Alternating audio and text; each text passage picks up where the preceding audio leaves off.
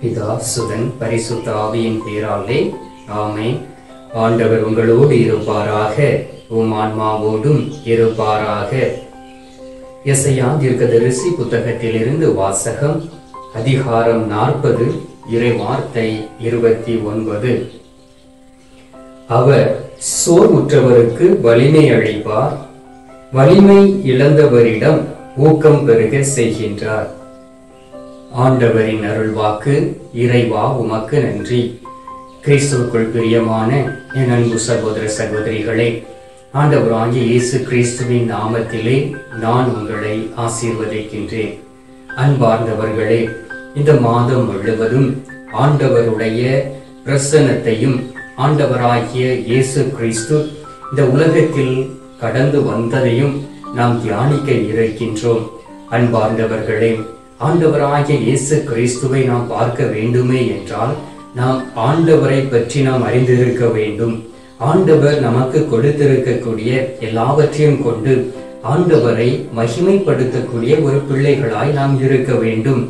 அவ்வாறு நாம் ஆண்டவரை மகிமைப்படுத்துவோம் என்றால் ஆண்டவருடைய பலன் நம்மோடு கூட தங்கும். இந்த நாளில் ஆண்டவர் உங்களை பார்த்து சொல்லுகின்றார், என் மகனே மகளே, உன்னுடைய பலன் குறைவதில்லை. ஆண்டவர் உங்களுடைய பலனை எப்பொழுதும் உங்களுக்கே கொடுத்து உங்களை ஆசீர்வதிக்கக்கூடிய தெய்வமாய் இருக்கின்றார். ஒருவேளை நீங்கள் பலன் குறைந்தவர்களாய் இருக்கலாம், வலிமை அற்றவர்களாய் இருக்கலாம், வலிமை இழந்து குன்றி போய் இருக்கலாம். ஆண்டவர் இந்த நாளில் சொல்லுகின்றார், நான் என்னுடைய பிள்ளைகள் சோர்வுற்று இருந்தால் நான் அவர்களுக்கு வலிமை அளிப்பேன், வலிமை இழந்தவர்களிடம் ஊக்கம் பெருக செய்கின்றேன் என்று வாக்கு கொடுக்கின்றார். பாருங்கள், இந்த அருமையான வார்த்தையை நம்முடைய உள்ளத்தில் நிறுத்தி இந்த நாள் முழுவதும் ஆண்டவரை மையமாக கொண்டு நாம் வாழ வேண்டும். அதை தான் ஆண்டவர் விரும்புகின்றார். ஆண்டவரை பிரிந்து நம்மால் ஒன்றும் செய்ய முடியாது என்பதை நாம் அறிந்திருக்கின்றோம். அதை தான் இந்த நாளிலும் நமக்கு வார்த்தையாய் கொடுக்கின்றார். என் மகன் மகள் என்னோடு இணைந்திருக்கக்கூடிய வேளையிலே, அவர்களுடைய பலன் குறையக்கூடிய நேரத்திலும் கூட நான் என்னுடைய தந்தையிடம் பரிந்து பேசி அந்த பரிசுத்த ஆவியானுடைய பலத்தை நான் அவர்களுக்கு கொடுப்பேன் என்று வாக்கு கொடுக்கின்றார். ஆம் அன்பார்ந்தவர்களே, இந்த நாளில் நீங்கள் வலிமை குன்றி போய் இருக்கிறீர்களா? உங்களுடைய பலன் எல்லாவற்றையும் இழந்து போய் நீங்கள் இருக்கிறீர்களா? ஆண்டவர் அதை மாற்ற வல்லமையுள்ள தெய்வமாய் இருக்கின்றார். அதில் உங்களுடைய பணத்தை குறைத்தா இருக்கலாம், உங்களுடைய செல்வத்தை குறைத்தா இருக்கலாம், உங்களுடைய வேலை வாய்ப்பை குறைத்தா இருக்கலாம், உங்கள் உடல் பூர்வமான பலன் குன்றியவர்களாய் இருக்கலாம். ஆண்டவர் இந்த நாளில் உங்களை சந்தித்து உங்களுக்கு இந்த வார்த்தையை கொடுக்கின்றார். எனவேதான் அன்பார்ந்தவர்களே, இந்த உலகத்தில் ஆண்டவராகிய இயேசு கிறிஸ்துவோடு இணைந்து பணி செய்த அநேக பேருடைய வாழ்க்கையை நாம் பார்க்கக்கூடிய வேளையிலே, அவர்களுடைய பலன் குறையக்கூடிய வேளையிலே, அவர்களை பற்றி மற்றவர்கள் பேசக்கூடிய வேளையிலே, அவர்களை பற்றி மற்றவர்கள் பேசி அவருடைய பெயர்களை கெடுக்கக்கூடிய வேளையிலே ஆண்டவருடைய பலன் அவர்களோடு இருந்ததை நாம் பார்க்க முடியும். அதைத்தான் அன்பார்ந்தவர்களே, புனித பவுல் பிலிப்பியர் மக்களுக்கு அழகாக எழுதுகின்றார். பிலிப்பியர் 4வது அதிகாரம் 13வது வார்த்தையில் சொல்லப்பட்டு இருக்கின்றது, எனக்கு வலுவூட்டுகிறவரின் துணை கொண்டு எதையும் செய்ய எனக்கு ஆற்றல் உண்டு என்று சொல்லுகின்றார். பாருங்கள், ஆண்டவராகிய இயேசு கிறிஸ்துடைய பிரசன்னத்தை உணர்ந்த பவுலடியார் அழகாக இந்த நாளில் சொல்லுகின்றார். ஏனென்றால் அவர் ஆண்டவராகிய இயேசு கிறிஸ்துவோடு இணைந்திருந்தார், ஆண்டவருடைய பலத்தை அறிந்திருந்தார், ஆண்டவர் அவரோடு கூட செயலாற்றியதை அவர் உணர்ந்திருந்தபடியினால் அவ்வாறு சொல்ல முடிந்தது. எனவே ஆண்டவராகிய இயேசு கிறிஸ்துவை துணையாக கொண்டு நாம் வாழக்கூடிய நேரத்திலே ஆண்டவர் உண்மையிலும் உண்மையுமாக உங்களோடு கூட இருப்பார்.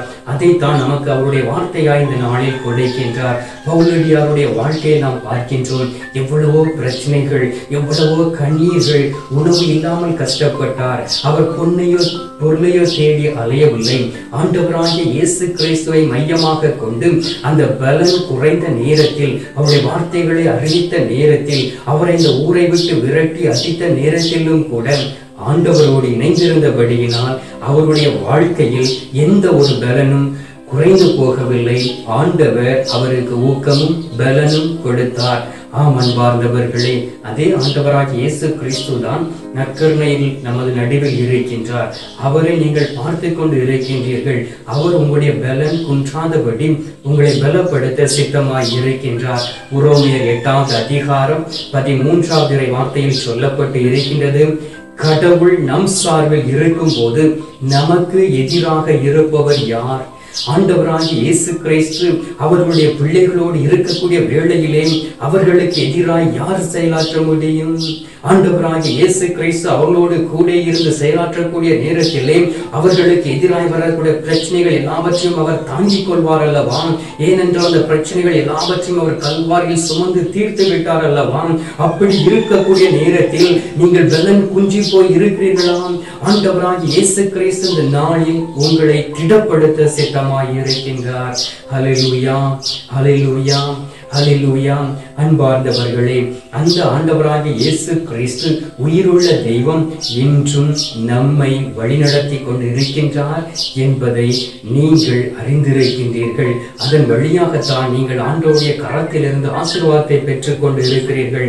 அன்பார்ந்தவர்களே, எசாயா தீர்க்கதரிசி புத்தகம் 40வது அதிகாரம் 31வது வார்த்தையில் சொல்லப்பட்டு இருக்கின்றது, ஆண்டவர் மேல் நம்பிக்கை வைத்து இருப்பவர்களோ புதிய ஆற்றல் பெறுவர், கழுகுகள் போல் இறக்கையை விரித்து உயரே செல்வர், அவர்கள் ஓடுவர் களைப்படையார், நடந்து செல்வர் சோர்வடையார் என்று சொல்லுகின்றார்.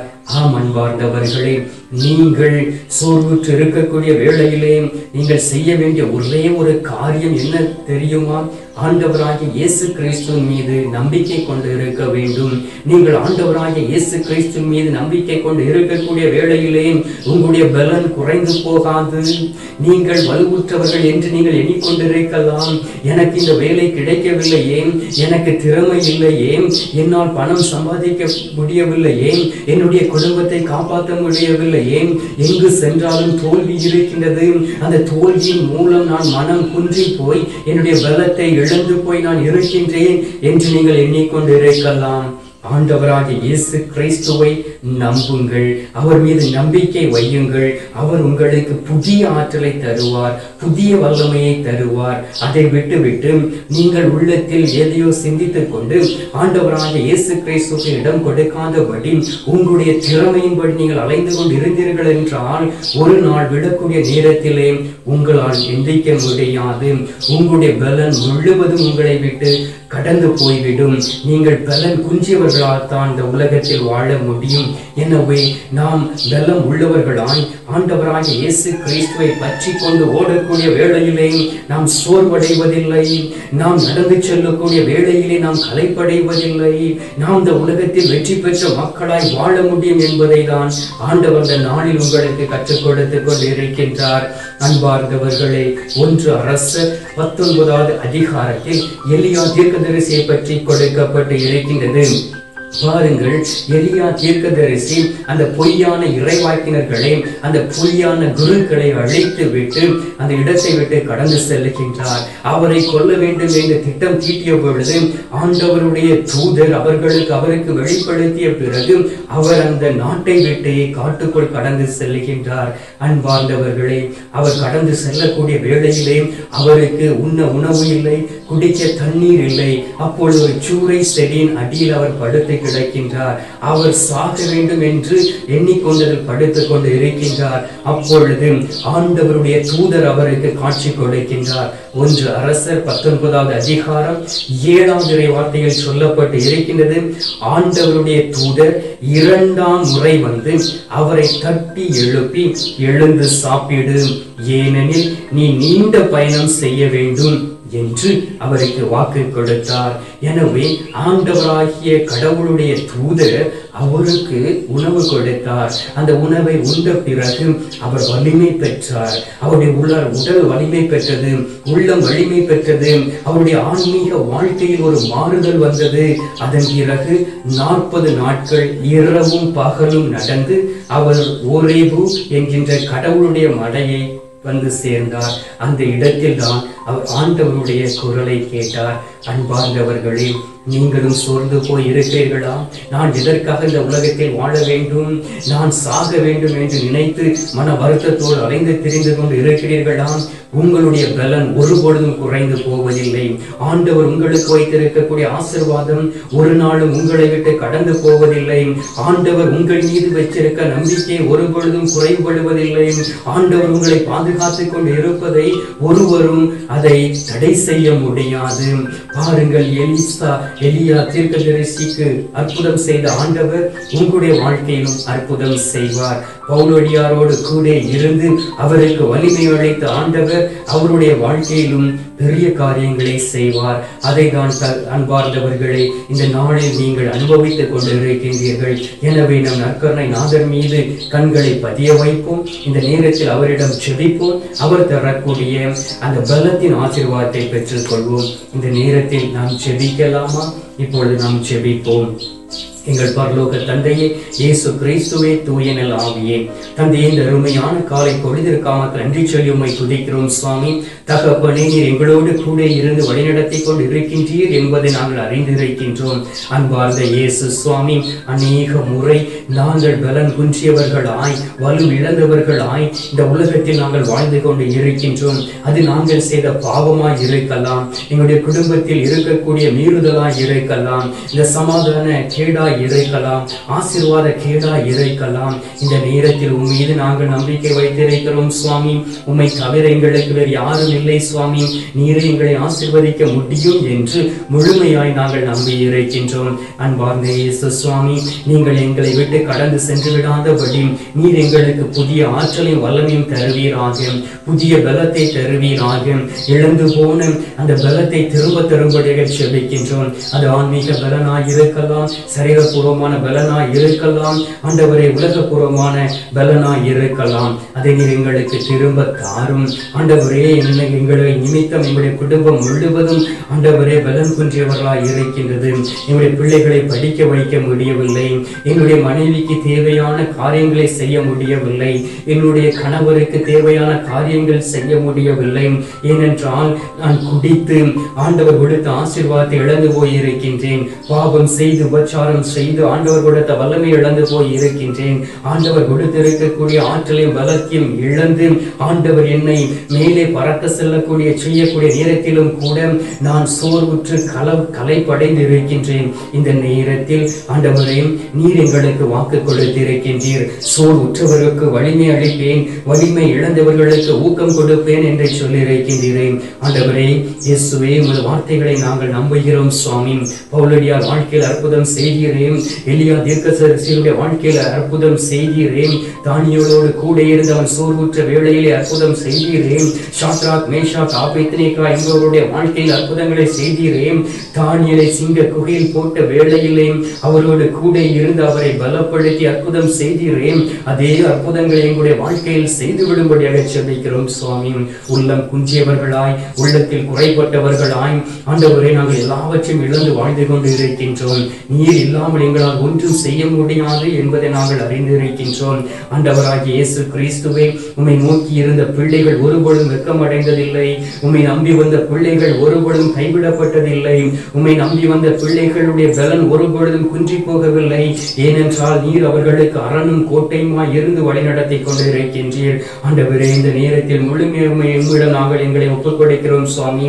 குறிப்பாக எந்தெந்த குடும்பங்கள் இந்த கத்தோலிக்க காணொளியின் வழியாக உங்கள் முகத்தை தரிசித்து என்னுடைய குடும்பத்திற்கு பலன் வேண்டும், பலன் குறைந்து போய் இருக்கின்றோம் என்று சொல்லி கண்ணீர் விட்டு ஜெபிக்கிறார்களோ அவர்களை நீர் சந்தியும். ஆண்டவரே, வேலை வாய்ப்பு இல்லாமல் வேலைக்கு அப்ளிகேஷன் போட்டு சோர்ந்து போய் இருக்கக்கூடிய இளைஞர்களை ஒப்புக் கொடுக்கின்றேன். திருமண வாழ்க்கைக்காக ஆண்டவரே மணமகளை தேடி மணமகனை தேடி அலைந்து கொண்டு இருக்கக்கூடிய அருமையான குடும்பங்களை ஒப்புக் கொடுக்கின்றேன். ஏற்ற வாழ்க்கை துணை அமைத்து கொடுப்பீராக.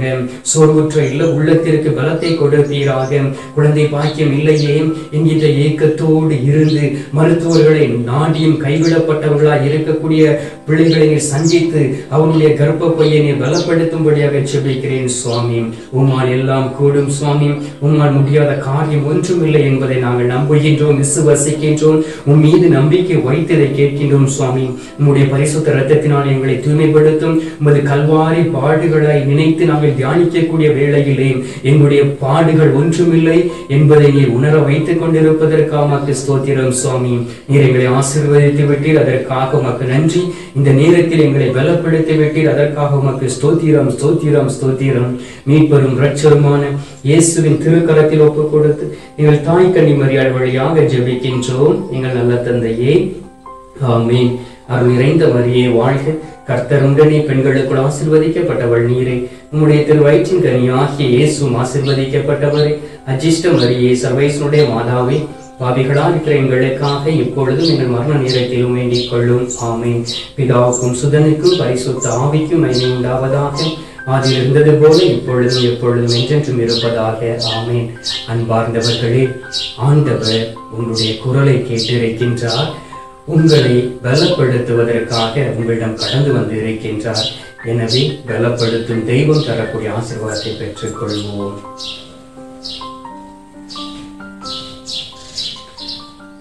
எல்லாமல்ல இறைவன் பிதா, சுதன், பரிசுத்த ஆவி உங்களை ஆசீர்வதித்து உங்களை பலப்படுத்தி வழி நடத்துவாராக. ஆமென்.